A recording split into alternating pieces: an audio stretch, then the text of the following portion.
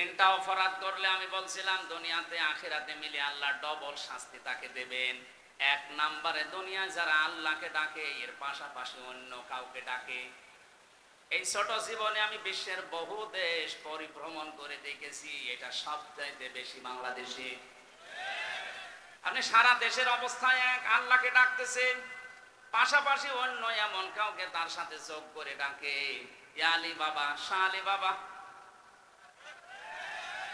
আমি যে বলছিলাম যে রেকর্ড হচ্ছে সারা দেশে যাবে, এই জন্য বলছি। আর যারা আল্লাহর নামে জিকির করার পরে পরে কিছুক্ষণ পরে অন্য কাউকে ডাকেন, আপনার শাস্তি ডবল হবে। যারা এগুলো করছেন তারা বুঝে করেন আর না বুঝে করেন। এই তাহেরি ভাই যেগুলো করে, আল্লাহকে কিছুক্ষণ ডাকে, এরপরে শুরু করেছে বাবার নামে টাকা ডাকে, ইয়া আলী বাবা, শাহ আলী বাবা, খাজা বাবা, পাগলা বাবা। স্পষ্ট ফতোয়া কোরআনে কারিমের, যারা আল্লাহর সাথে অন্য কাউকে ডাকবে তার শাস্তি হবে কয়টা? ডবল। বলেন বলেন, এগুলো করা যাবে দুনিয়ায়? যারা করছেন না বুঝে এখনই থেমে যাবেন।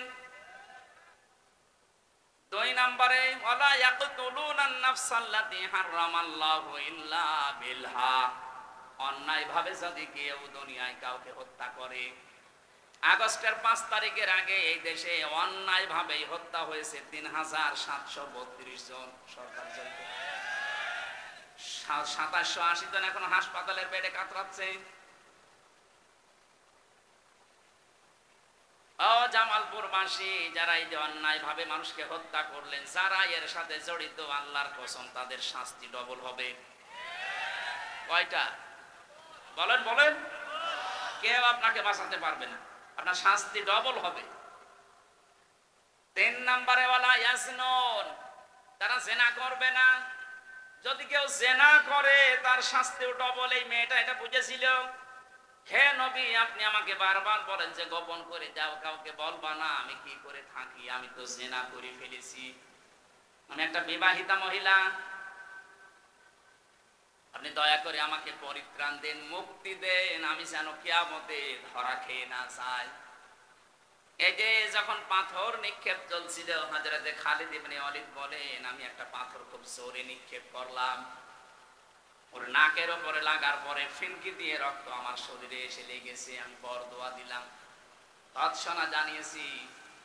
নবীজির কানে কথা যাবার পরে বিশ্ব নবী বললেন, খালিদ থামো, এ কথা বলবা না।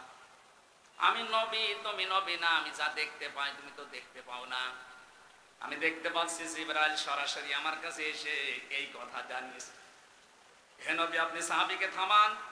এই মহিলার তওবা এমন ভাবে আল্লাহ কবুল করেছে, এর যে অনুশোচনা, এর যে অনুতপ্ত হওয়া, এর যা বিচার কার্যকর হয়ে যাওয়া, আল্লাহ এত বেশি পছন্দ করেছে এই মেয়েটার কাজকে।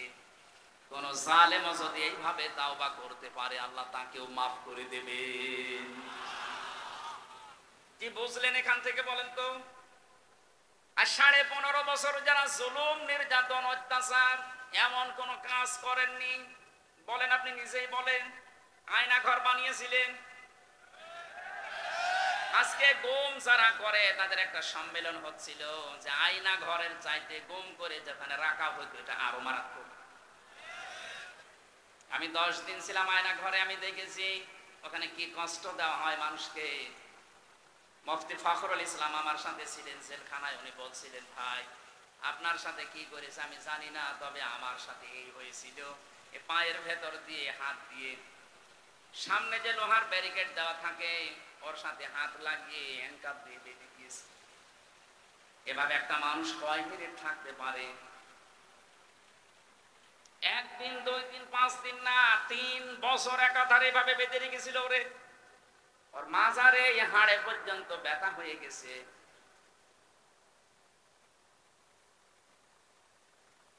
মাঝে মাঝে দেখতাম কারাগারের ওই কন্ডেম সেলের ভেতরে 2 হাত পা ছেড়ে দিয়ে একেবারে হাটপাট হয়ে পড়ে আছে। কি গো, এই করে থাকেন কেন? আমারে বলে, হামজা ভাই আপনার সাথে কি হয়েছে আমি তো জানি না, তবে আমার সাথে যা হয়েছে, এই যে মানুষ যে শুয়ে থাকে এটা যে কত বড় নিয়ামত আমি টের পাচ্ছি। মাত্র 1.5-2 মিনিট সময় দিতে 24 ঘন্টার ভেতরে টয়লেট করার জন্য। সকালে পচা ছোলা দিত, আবার মনে আছে কেউ মাখিয়ে ফেলেছে। আরে ভাই, এটা তো 2 দিন 5 দিন 7 দিন করলে মানুষ অসুস্থ হয়ে যায়। কেউ 8 বছর, কেউ 10 বছর, কেউ 14 বছর পর্যন্ত ওখানে পড়ে আছে, আমি নিজে দেখেছি। বিভিন্ন দেওয়ালে ছোট ছোট করে না বোঝা না বোঝা এরকম লেখা থাকতো যে ভাই যদি কেউ বাইরে যেতে পারে পরিবারকে একটু বলে দেবেন এই নাম্বারে যে আমি বেঁচে আছি।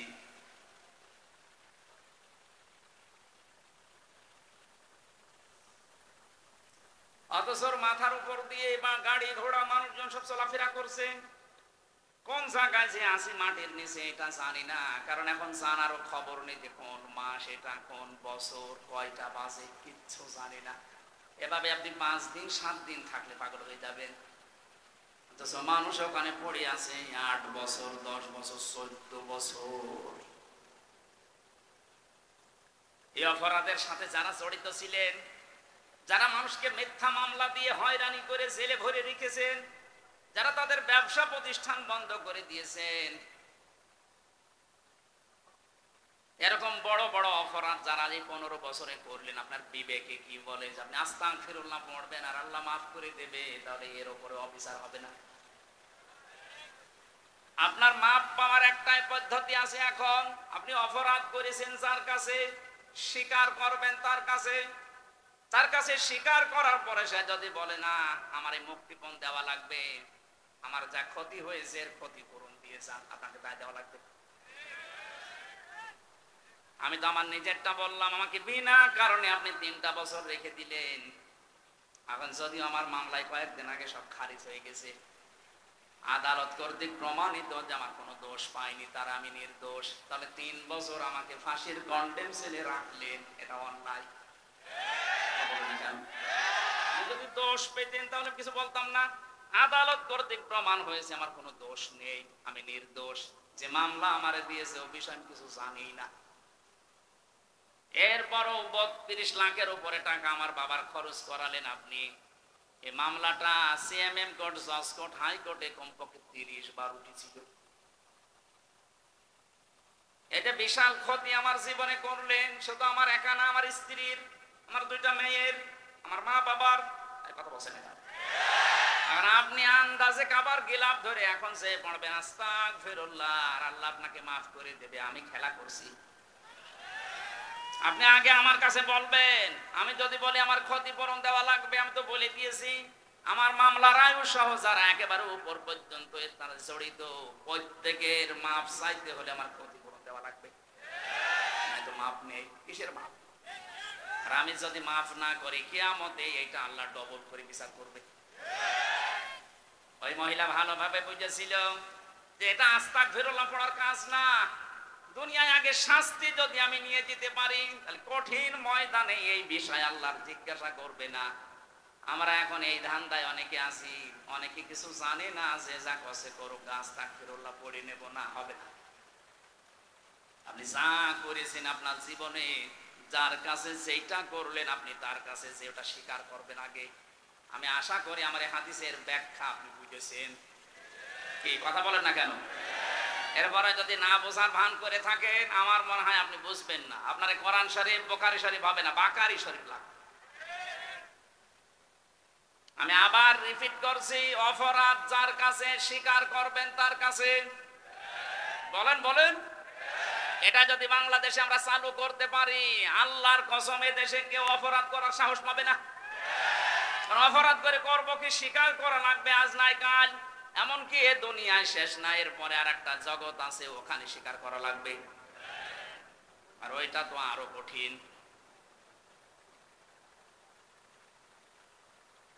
যেন আমি যেটা বোঝানোর জন্য পর্যন্ত এসেছিলাম, যারা যে মিথ্যা কথা ছড়ান যে আমরা নির্বাচিত ছিলাম না, নির্বাচিত হওয়া লাগে নির্বাচনের মাধ্যমে, এই সিস্টেমটাই ছিল না।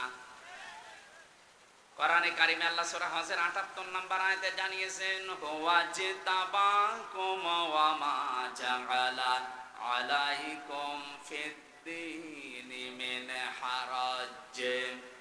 তিনি সে আল্লাহ যিনি তোমাদেরকে নির্বাচিত করেন। জামালপুরবাসী বুকে হাত দিয়ে বলেন তো, নির্বাচিত করা হয়েছে পদ্ধতির মাধ্যমে, তার নাম কি? নির্বাচন। বলেন বলেন। নির্বাচন না হলে মানুষ নির্বাচিত হয় কি করে? যেহেতু এটা হয়নি, তার মানে আপনি নির্বাচিত না। এ কথাটা মিথ্যা কথা। আপনি যতই মোড়লদেরকে বোঝান, তারা তো আর পাগল না, অত পাগল না। পাগল কিন্তু অত পাগল না। সুতরাং মিথ্যা কথা ছড়ানো যাবে না। যারা ছড়াচ্ছেন তারা থামবেন। আমি জানি জালেমদের কপালে হেদায়েত নেই। আল্লাহু লা ইয়াহদিল কওমাস সালিমিন। আল্লাহ বলেন ইয়াহদি, এটা মজারে, বর্তমান, ভবিষ্যৎ, প্রেজেন্ট, ফিউচার। জালেমদেরকে আমি আল্লাহ পথ দেখাচ্ছি না, ওদেরকে পথ দেখাবো না। এজন্য জালেমদের দুনিয়াও শেষ, আখিরাতও শেষ। কারণ কিয়ামতের দিন জালেমরা আল্লাহর মামলার আসামি। কার? এটা আমি বানালাম। সূরা শুরা 42 নম্বর আয়াতের প্রথম অংশে আছে, 25 নম্বর পারার 6 নম্বর পৃষ্ঠার 12 নম্বর লাইনে পাবেন, ইন্নামাস সাবিলু আলাল্লাযিনা ইয়াযলিমুনান নাস। অবশ্যই আমি আল্লাহ নিজে মামলা দায়ের করব তাদের বিরুদ্ধে যারা মানুষ হয়ে মানুষের উপরে জুলুম করেছে। এটা দেশে হয়নি বলেন তো? এই কথা বলেন না, হয়নি? এই জন্য বলছি জালেমরা, ওদের দুনিয়া শেষ, আখিরাত তো আগেই শেষ। এজন্য আমরা যেন আবার ওদের মতো কপাল পোড়া হয়ে না যায়। আমি এই জন্য বারবার সতর্ক করছি, আমাদের সামনের জীবন বিবেক দিয়ে চালানো লাগবে। আজকের তেলাওয়াত কি আয়াতে আল্লাহ ওই কথাগুলো আমাদেরকে শোনাচ্ছেন। যাদের 3টি ইন্দ্রিয় শক্তি দিয়েছি কিন্তু তারা কাজে লাগাচ্ছে না, আমি আল্লাহর ঘোষণা, এরা জাহান্নামী। ওয়ালাকাদ দারআনা লিজাহান্নামা কাসীরাম মিনাল জিন্নি ওয়াল ইনস। সূরা আরাফের 179 নম্বর আয়াতের প্রথম অংশে আল্লাহ জানিয়েছেন অবশ্যই। এখানে আল্লাহ ওয়া দিয়ে আরম্ভ করে 2টা তাকিদ দিয়েছেন, লাম একটা, কদ একটা। কথা বলার আগে আল্লাহ গ্যারান্টি দিচ্ছেন, তার মানে এটা গুরুত্বপূর্ণ বিষয়। অবশ্যই অবশ্যই দারআনা লি জাহান্নামা, জাহান্নামের জন্য আমি আল্লাহ বানিয়েছি, তৈরি করেছি, কাসীরাম মিনাল জিন্নি ওয়াল ইনস, অধিকাংশ মানুষ আর জিন জাহান্নামে যাবে, এই জন্যই তারা তৈরি হয়েছে। আল্লাহ এখানে কালিল না দিয়ে কাসির দিয়েছেন। প্রশ্ন আসতে পারে, অধিকাংশ জিন আর মানুষ যদি জাহান্নামে যাবে তাহলে আমার দোষ কি? আমার দোষ আছে। আমার দোষ এইটা, এখানে আল্লাহ 3টি ইন্দ্রিয় শক্তির কথা জানাচ্ছেন। এটা পৃথিবীর সব সৃষ্টিকে দেয়নি, যাদেরকে দিয়েছেন তারা যদি কাজে না লাগায়। আল্লাহ প্রথম প্রশ্ন দিচ্ছেন, প্রথম তাদের পরিচয় দিয়েছেন উলাইকা কালানাম, এরা চতুষ্পদ জানোয়ার, বালুহুম আদল, বরং তার চাইতে নিকৃষ্ট। আদল ইসমে তাফজিল, এটা এর চাইতে খারাপ আর হয় না। উলাইকা হুমুল গাফিলুন, এরা গাফেল। এবার দেখেন তো এই 3টি ইন্দ্রিয় শক্তি আপনার আমার আছে কিনা। লাহুম কুলুবুল লা ইয়াফকাহুনা বিহা। আল্লাহ পাক বলেন 1 নম্বরে তাদের ইন্দ্রিয় শক্তি দিয়েছি কলব, হৃদয়। এটা কমন সেন্স, বিবেক, এটা যাদেরকে দিয়েছি, এটা থাকার পরে যারা কাজে লাগায় না, ওইগুলো আমি আল্লাহর কাছে মানুষ হিসাবে বিবেচিত না, ওরা জানোয়ার। এটা সারা বিশ্বের ভেতরে বাংলাদেশে এই প্রকার মানুষ আপনি বেশি পাবেন। বিবেক কাজে লাগায় না। এই কথা বলছেন না কেন? আপনি দেখেন তো, বিবেক কাজে লাগায় না এরকম মানুষ দেশে নেই। আপনি একটু বারের জন্য বিবেককে একটু নাড়া দেয় না যে আমি কি ছিলাম আর কি হলাম। আল্লাহ ওই জায়গায় একটু আঘাত দিয়েছেন, হাল আতা আলাল ইনসানি হিনুম মিনাদ দাহরি লাম ইয়াকুন শাইআম মাযকুরা। সূরা দাহরের প্রথম নাম্বার আয়াতে আল্লাহ বলেন, মানুষকে একটু চিন্তা করে না যে কি থেকে আল্লাহ ওকে আমি কি বানিয়েছি, অত উল্লেখ করার মতো কিছু ছিল না। ওই যে হামজা হয়ে চেয়ারে বসে আছে, এই নাম গন্ধ ছিল। বলেন বলেন, একটা বারের জন্য তো চিন্তা আসে না যে কি দিয়ে বানালাম তোকে আমি। তোর বাবা মার দায়িত্ব ছিল শুধু বিছানায় থাকা, বাকি যা করার কেউ করে না, এটা আমি আল্লাহ করেছি। কোরআনে কারিমে সূরা মুলকের ভেতরে আল্লাহ আমাদেরকে একটু নাড়া দিয়েছেন, আম্মান হাদাল্লাযী হুয়া জুনদুল লাকুম ইয়ানসুরুকুম মিন দুনির রাহমান ইনিল কাফিরুনা ইল্লা ফি গুরুর। আল্লাহ পাক বলেন তার নিজের নামটা এখানে দিয়েছেন রহমান। এ রহমান যদি তোমাদেরকে বঞ্চিত করে দেয়, তোমাদের কোন সৈন্যবাহিনী আছে যে তোমাদেরকে বাঁচাতে পারে, সাহায্য করতে পারে? উনি যে বিভিন্ন সাহায্য তোমাকে করছেন। আয়াতের তাফসিরে আমি পড়েছি প্রতিটি মানুষকে আল্লাহ সুস্থভাবে চলার জন্য লক্ষ লক্ষ ফেরেশতা তার পেছনে লাগিয়ে রেখেছেন। এটা আমি কথা বলতে পারি, এক একটা কথা তৈরি হওয়ার জন্য 27টা ধাক্কা লাগে কণ্ঠে। বিজ্ঞান প্রমাণ করেছে মানুষে কথা বলে, আল্লাহ মাহুল বায়ান, মানুষকে আল্লাহ বায়ান শিখিয়েছেন। এই কথা বলতে হলে 27টা স্তরে ধাক্কা লাগে, এরপর একটা কথা তৈরি হয়। আর কোরআনের তাফসিরে পেয়েছি এক একটি স্তরে এক একজন ফেরেশতা আল্লাহ বসিয়ে রেখেছে। এ ওর কাছে, ও ওর কাছে, ও ওর কাছে এভাবে দিতে থাকে। 27 নাম্বার ধাক্কা দিয়ে একবার একটা কথা বের হয়। কোন বাবা এই কথাটা তৈরি করে দিচ্ছে আপনারে? বোবা যারা, তাদেরকে আপনি বোম মারলেও কথা বলতে পারবে? বলেন কি নেই তার? তার মতো কণ্ঠ আছে, কথা বের হচ্ছে না। ফেরেশতারা ওই দায়িত্ব পালন করে না। আল্লাহ বলেন আমি ফেরেশতাদেরকে লাগিয়ে রেখেছি। এই যে কানে শোনো, এখানে প্রায় 24টা ধাক্কা লাগছে। 24টা ধাক্কা লাগার পরে পর্দায় কথাটা যে ধাক্কা লাগে, ওখানে একটা তরঙ্গ সৃষ্টি হয়। কম্পিউটার আপনি সেট করতেন, আমি আপনার মানব দেহ একটা একটা করে দেখাতে পারতাম, আপনি সেজদা দিতে বাধ্য হবেন। সূরা তারিকের ভেতরে আমি তাফসীর পড়তে গিয়ে পেয়েছি, ফালিয়ানজুরিল ইনসানু মিম্মা খুলিকা মিম্মা দাফিকি ইয়াখরুজু মিন বাইনিস সুলবি ওয়াত তারাইব। আল্লাহ পাক বলেন দুনিয়ার মানুষেরা মনে করেন হামজাকেই বলছে, ও হামজা একটু নজর করে দেখো না কি জিনিস দিয়ে তোমারে বানালাম।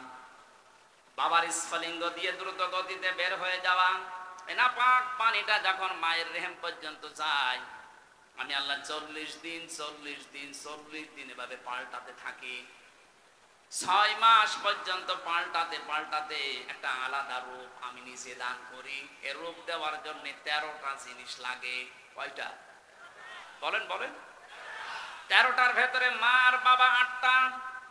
মায়ের কাছ থেকে চুল, রগ, হাড় আর পর্দা পায় সন্তান। বাবার ওই না পাক পানি দিয়ে রক্ত, গোশত, চর্বি আর চামড়া বানায়।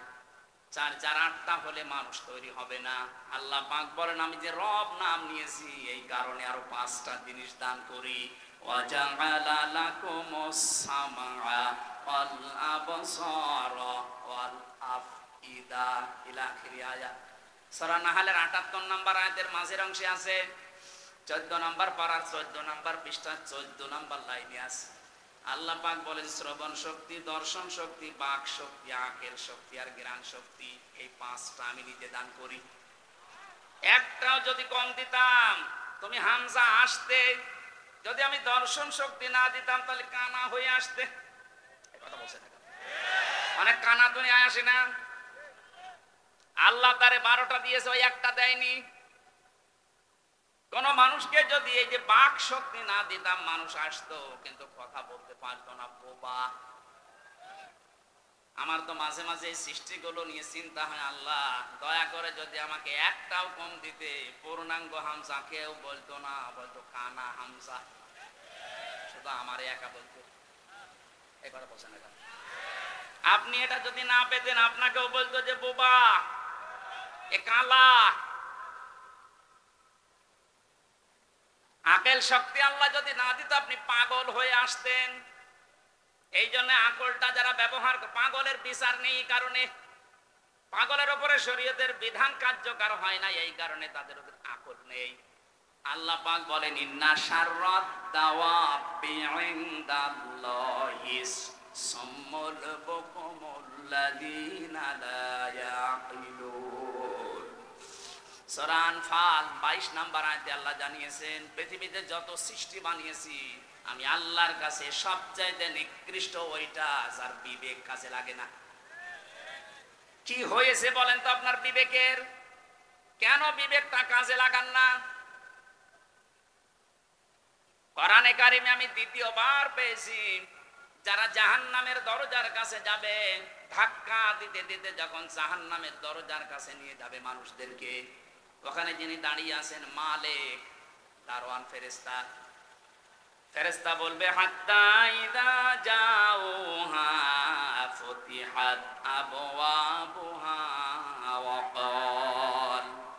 ক্বালা লাহুম খাযানাতুহা আলাম ইয়াতিকুম রুসুলুম মিনকুম ইয়াতলুনা আলাইকুম আয়াতি রাব্বিকুম ওয়া ইউনযিরুনাকুম লিকা ইয়াউমিকুম হাদা। সূরা জুমারের 70-71 নম্বর আয়াতের মাঝের অংশে আছে আল্লাহ পাক বলেন জাহান্নামে যাওয়ার সঙ্গে সঙ্গে জাহান্নামের দরজাগুলো খোলা হবে। এখান থেকে একটা শিক্ষা পাওয়া যায়। আমি জেলখানার সাথে আয়াতটা মিলিয়েছিলাম। পৃথিবীতে যত কারাগার আছে সব কারাগারকে আল্লাহ জাহান্নামের সাথে তুলনা দিয়েছেন। আর দুনিয়া সিজনুল মুমিন ওয়া জান্নাতুল কাফির, দুনিয়ার ময়দানটা হচ্ছে মুমিনদের জন্য জেলখানা। কে বলছে? কারাগার জেলখানা, এটা নবীজি জানিয়েছেন। আমি এই শব্দ মিলালাম এইভাবে যে কারাগারের দরজা সব সময় 24 ঘন্টা বন্ধ থাকে। যেই দিন এটা ওপেন করা হয়েছে ওই দিন থেকে যতদিনে কারাগার স্থায়িত্ব যতদিন থাকবে, কোনোদিন কারাগারের মেন ফটক খোলা থাকবে না। 24 ঘন্টা বন্ধ থাকে। কেউ গেলে খুলে দেয়, তাড়াতাড়ি ঢুকে আবার তালা মেরে দেয়। আল্লাহ বলেন জাহান্নামে যাদেরকে নিয়ে আসা হবে, এদেরকে জাহান্নামের গেটে আসার সঙ্গে সঙ্গে গেট খুলে ভেতরে ঢোকাতে দেরি, তালা দিতে দেরি হবে না। ভেতরে ঢোকানোর পরে জাহান্নামের মানুষেরা যখন হাওমাও করবে, চিৎকার করবে, কান্নাকাটি করবে, তখন ফেরেশতা বলবে আলাম ইয়াতিকুম রুসুলুম মিনকুম, তোমাদের কাছে কি কোনো রাসূল যায়নি, বার্তা বাহক যায়নি? তারা যদি বলে হ্যাঁ আমাদের কাছে মুহাম্মদুর রাসূলুল্লাহ আসেনি, ফেরেশতারা সঙ্গে সঙ্গে বলবে মুহাম্মদুর রাসূলুল্লাহ যায়নি, কিন্তু তার ওয়ারিসরা যায়নি। এই যে আলেম এখন যাদের দেখতে পান এরা নবীর ওয়ারিস, কথা বলে না কেন? আল উলামা ওয়ারাসাতুল আম্বিয়া, নবীরা ঘোষণা দিয়েছেন, বিশ্ব নবী বলেন আলেম যারা এরা নবীদের উত্তরাধিকারী ওয়ারিস। তারা টাকা পয়সা রেখে যায়নি, কিন্তু তারা এলেম রেখে গিয়েছে। যারা এলেম পাবে এবং এলেম অনুযায়ী আমল করবে, কাজ করবে, এই মানুষগুলো নবীর উত্তরাধিকারী ওয়ারিস, নাইবে রাসূল। এই যে রসুলুন বহু বচন দিয়েছেন এই কারণে, হয়তো মুহাম্মদ রাসূলুল্লাহ কিয়ামত পর্যন্ত থাকবে না, কিন্তু তার উত্তরাধিকারী নায়েব থাকবে না, এখন নেই। আরো জোরে বলে। তাহলে আয়াতটা মনে করেন আমির হামজা সুলাইমান এদের জন্য।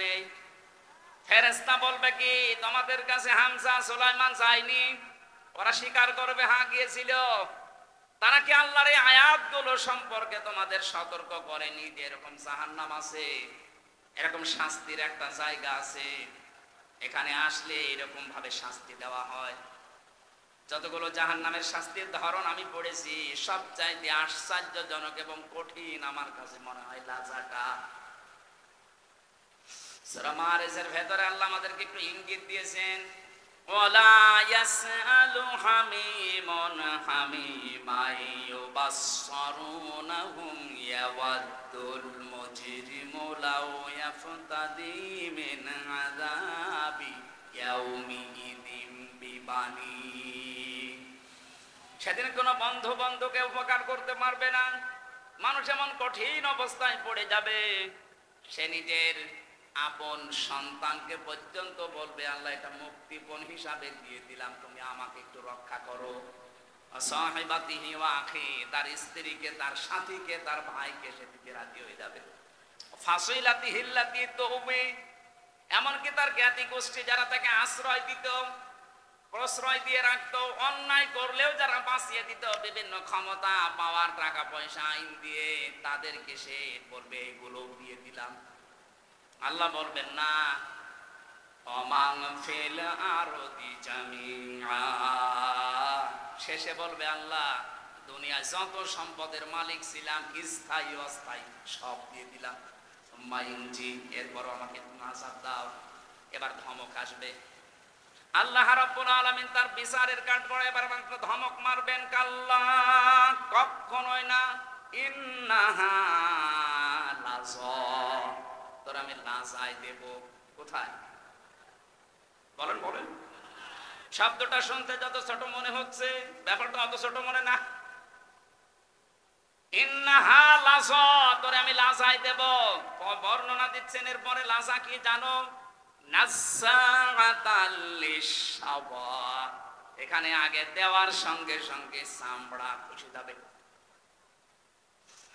পৃথিবীতে এমন কোন জায়গা আমার চোখে ধরা পড়ে নাই যেখানে যে ঘরের ভেতরে ঢুকলে চামড়া খসে যায় না। চামড়া খসানোর কিছু পদ্ধতি আছে, ওগুলোকে অ্যাপ্লাই করা লাগে, ওগুলোকে প্রয়োগ করা লাগে, তারপরে চামড়া খসে। কিন্তু এই লাজা এমন একটা ঘর আল্লাহ বানিয়েছে, জাহান্নামের একটা নাম, এখানে ঢুকলেই চামড়া আগে খসে যায়। আল্লাহ বলেন যে লাজা, এই চামড়া খসায় এই ঘর কাকে ডাকবে জানো? তাদউ মান আদবার ওয়া তাওয়াল্লা। এই যে লাজা নামক এই জাহান্নাম যেখানে চামড়া খসানো হবে, এটা ডাকবে তাদেরকে দুনিয়ায় যাদের সত্যের দিকে ডাকার পরে মুখ। আর এটা আমার মনে হয় বাংলাদেশে বেশি, কারণ এত কোরআনের কথা পৃথিবীর কোনো দেশে হয় না। এত সতর্ক করার পরও দেখবেন না, ওর মতের মিল যখন হয় না, ওর নিজের সাথে মেলে না, আস্তে করে উল্টা পাল্টা ফতোয়া দিয়ে চলে যায়। এক কথা বলছেন না কেন? আমি কি আমার বাবার বানানো কথা বলছি? আপনি কোন কারণে মানেন না? আপনি নিজের সাথে মিলিয়ে যাচ্ছে, তখন আপনার রাগ হয়। মানে তাদউ, আল্লাহ বলেন ও ডাকবে তোকে, মান আদবারা ওয়া তাওয়াল্লা, যে ব্যক্তি মুখ ফিরিয়ে নিয়ে উল্টা অ্যাবাউট টান করে চলে গেছে। আজকে যে আয়াত থেকে কথা বলছে, এই বিবেকটা যাদের কাছে লাগবে না, অনেকের লাগছে না, তাদের কিন্তু পরিচয় লাগবে, আমি জানি। কথা বলে না কেন? আপনি যদি সতর্ক না হন, যেখানে আছেন ওখান থেকে কিন্তু এমন জায়গায় আল্লাহ ফেলবে, উঠতে পারবেন না। এক ছেলে এসে কাঁদছিল বাবার কাছে। বাবা বলছে, এই কাঁদিস কেন, কি হয়েছে? বলছে, আব্বা রেজাল্ট দিয়েছে। রেজাল্ট দিয়েছে, কি কাঁদার কি আছে? পাস করলি না ফেল করলি এটা বললেই তো হয়। ডাক দিয়ে বলছে, আব্বা ফেল করলে তো কথা ছিলাম 5-এ, নামিয়ে দিয়েছে 3। এখন আমার ওই জায়গায় উঠতে আরো 2 বছর লাগবে। আপনি আজ কোরআনের কথাগুলো শোনার পরে বুঝতেছেন যে হ্যাঁ, আমার ভেতরে এই দোষ আছে। আমি সত্যকে সত্য জানার পরও অ্যাবাউট টান করে চলে যায়, আপনার জায়গা ওই লাজা। আপনি প্রবেশ করতে দেরি, চামড়া খসতে দেরি হবে না। আর একটা কথা আল্লাহ এরপরের আয়াতে জানিয়েছেন, ওয়া জামাআ ফাআওয়া, যারা সম্পদ আদি জমা করে আর বারবার হিসাব নিকাশ করে এবং এটা কি করে সংরক্ষণ করা যায় সেই চিন্তা ভাবনায় থাকে। এই 15.5 বছরে কত কোটি কোটি টাকার মালিক এক একজন হয়েছে। এটা যদি বৈধ পথে উপায় করা লাগতো, কিয়ামতের আগে সম্ভব ছিল না। এক দরবেশী 36,000 কোটি টাকার মালিক। এক কথা বলছে না কেন? এস আলম গ্রুপ ইসলামী ব্যাংক থেকে 75,000 কোটি টাকা মেরে খেয়েছে। এক একজনের বাবার নামে, মায়ের নামে, মেয়ের নামে, ছেলের নামে, বোনের নামে কত কোটি কোটি টাকা পাচার হয়েছে। আপনি একটু বাইরের দেশে গিয়ে খবর নিয়ে আসেন। বেগম পাড়া হাওয়ায় হয়নি, টাকা দিয়ে বানানো দেখেছি। আমি একটা হাদিস বলছি, পাঁচটা পয়েন্টের একটা বলছে, একটু মেলান তো। আপনি শুনতেছেন না? শেষ করে দেব। বিশ্বনবী যেদিন নবুয়ত পান, আমি আলেমদেরকে বলছি, নবুয়ত পাওয়ার পরে এসে খাদিজাকে বলেছিলেন, সাম্মিলুনি সাম্মিলুনি, আমাকে ঢেকে দাও, আমাকে ঢেকে দাও, আমি ভয় পেয়েছি। এই এদিকে তাকান। আমি ভয় পেয়েছি, আমার জীবনের উপরে আমার আশঙ্কা হচ্ছে, না জানি আমি মরে যাই কিনা, আমাকে ঢেকে দাও। হযরতে খাদিজাতুল কুবরা ওই দিন বলেছিলেন, স্বামী ভয় পাবেন না। আবুল কাসেম কেন ভয় পান? আল্লাহ কখনো না। আল্লাহি মা ইউখসিক আল্লাহু আবাদান ইন্নাকা লা তাসিলুর রিহমা ওয়া তাহমিলুল কাল্লা ওয়া তাকসিবুল মা'দুমা আতুবরিউদ দাঈফা আতুইনু আলা নওয়াইবিল হক। পাঁচটা কথা খাদিজা ওই দিন বলেছিলেন। আমি এবার আলেম সহ যারা মেয়েরা এসেছেন তাদেরকে একটু অ্যাক্টিভ হওয়ার জন্য বলছি, মিলাবেন। ওই সময় খাদিজা কিন্তু মুসলমান এখনো হয়নি, কারণ ইমানের দাওয়াত পায়নি। তিনি বলেছিলেন, আল্লাহর কসম, কখনো আল্লাহ আপনাকে ভয় দেখাতে পারেন না। কোন জিন পরিভূত এগুলো আপনাকে ভয় দেখাতে পারে না। আপনি যে কাজগুলো করেন দেখেন তো আপনি স্বামী হিসাবে এই কাজগুলো করেন কিনা। ইন্নাকা লা তাসিলুর রিহমা, আপনি রেহেমের সম্পর্ক ঠিক রাখেন। রেহেম মানে আত্মীয়তা। রেহেম মানে কি বলেন বলেন? নিজের স্ত্রী স্বামীর চরিত্রের গ্যারান্টি দিচ্ছে যে আপনার ভয় নেই, আল্লাহ আপনাকে ভয় দেখাবেই না, কারণ আপনি রক্তের সম্পর্ক ঠিক রাখেন। এখানে আমি সহ বহু স্বামী বসে আছি, দেখতে মনে হয় বুজুর্গ, অথচ নিজের আপন বোনের সাথে সম্পর্ক নেই। কথা বলছে না কেন? নিজের ভাইয়ের সাথে সম্পর্ক নেই। এগুলো রক্তের সম্পর্ক না। কি করবেন আপনি? নামাজ পড়ে রোজা রেখে হজ করে, রক্তের সম্পর্কটা গুরুত্বপূর্ণ। যখন আল্লাহ সব সৃষ্টি শেষ করে দিলেন তখন এই রেহেম আল্লাহর কুদরতি পা জড়িয়ে ধরেছিল। ডাক দিয়ে বলে, মাবুদ আমার সম্পর্কতে কিছু বলবে না। আল্লাহ পাক বলেন, তোমার সম্পর্কে আমার রায় হচ্ছে, তোমার সাথে যারা সম্পর্ক রাখবে আত্মীয়তার সম্পর্ক রক্তের, আমি তাদের সাথে আছি। যারা তোমাদের সম্পর্ক ছিন্ন করবে আমি আল্লাহ তাদের সাথে নেই। আপনি রক্তের সম্পর্ক যদি ছিন্ন করে দেন আল্লাহ আপনার সাথে নেই। বলেন, আপনার নামাজ দিয়ে আপনি কি জান্নাতে যেতে পারবেন? রোজা দিয়ে, যাকাত দিয়ে? এই বলেন না কেন? তাহলে আজকে থেকে এই সিদ্ধান্ত পাল্টান। ধর্ম আত্মীয় পাঠিয়েছে সে রাজীবপুরে, প্রতি মাসে 3 বার করে যাচ্ছে জাকির সাহেব, অথচ নিজের বাবা, নিজের মা, নিজের আপন বোন পাশের বাড়িতে বিয়ে হয়েছে, ওকে 1 বছরে একবারও চায় না। আর আমি যতটুকু বাস্তবে দেখতে পাচ্ছি, আজ হাজারো স্বামীদের রক্তের সম্পর্কগুলো নষ্ট হওয়ার পেছনে কারণ তার বউ। নাকি বেশি বলে ফেললাম? বেশি হয়নি, কেবল শুরু হচ্ছে। এ বর শুধু একাদশ না, এই বউকে কান পড়া দেয় ওই বর মা আর ওর বড় বোন। এরকম বউ আছে কার ঘরে? হাত তোলেন তো। যাকে এলাকায় ওয়াজ ঠিক আছে। সম্মানিত মা মরে না, আমি হাসির খোরাকি দেইনি। এটা আজ 100,098টা পরিবারে এই সমস্যা। এই কথা বলেন না কেন? আমি 3 দিন আগে ছিলাম নীলফামারীর কিশোরগঞ্জ থানা, একটা বৃদ্ধাশ্রমে গিয়েছিলাম দেখার জন্য। কত মা আর বাবা লাইন দিয়ে বসে আছে, ওদের চোখের দিকে তাকালেই মনে হচ্ছে ওরা ছেলে মেয়ের জন্য বরদোয়া করছে।